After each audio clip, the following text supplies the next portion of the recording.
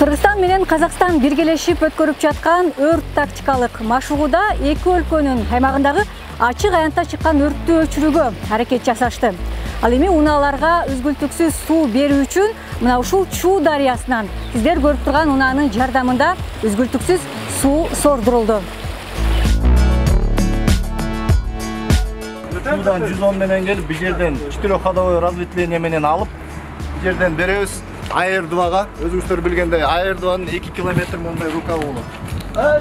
Бизге жаңы келген Ситрак автомашинасы 8 тонна. Ситраксында болот.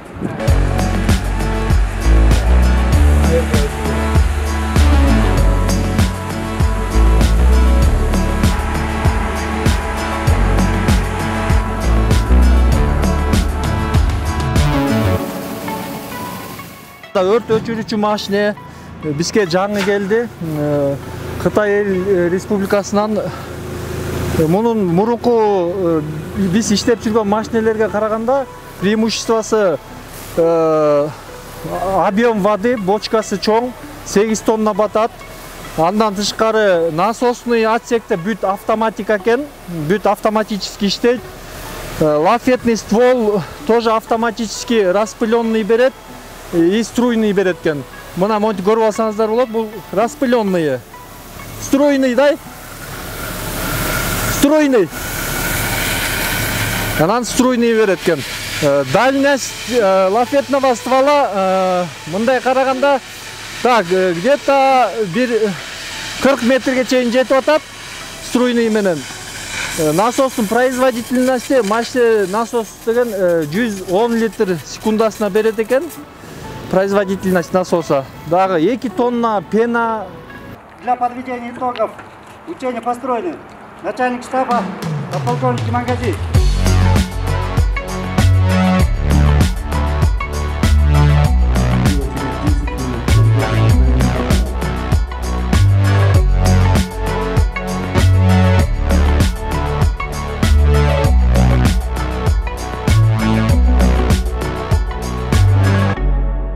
Чегара аймактык, багы граниттик аймактык табигый жана тектегендик кырсыктарды чогуу биргеликте жоюу болуп эсептелинет да. Негизги максаты ачык аянтта өрт чыгып, бүгүнкү болгон машыгуудагыдай өрт жарылып кетүү коркунучу болсо, же болбосо мынакей мазут сакталган жайда турабыз, ошого өтүп кетүү коркунучу болсо, биздин биргелешкен планыбыз бар.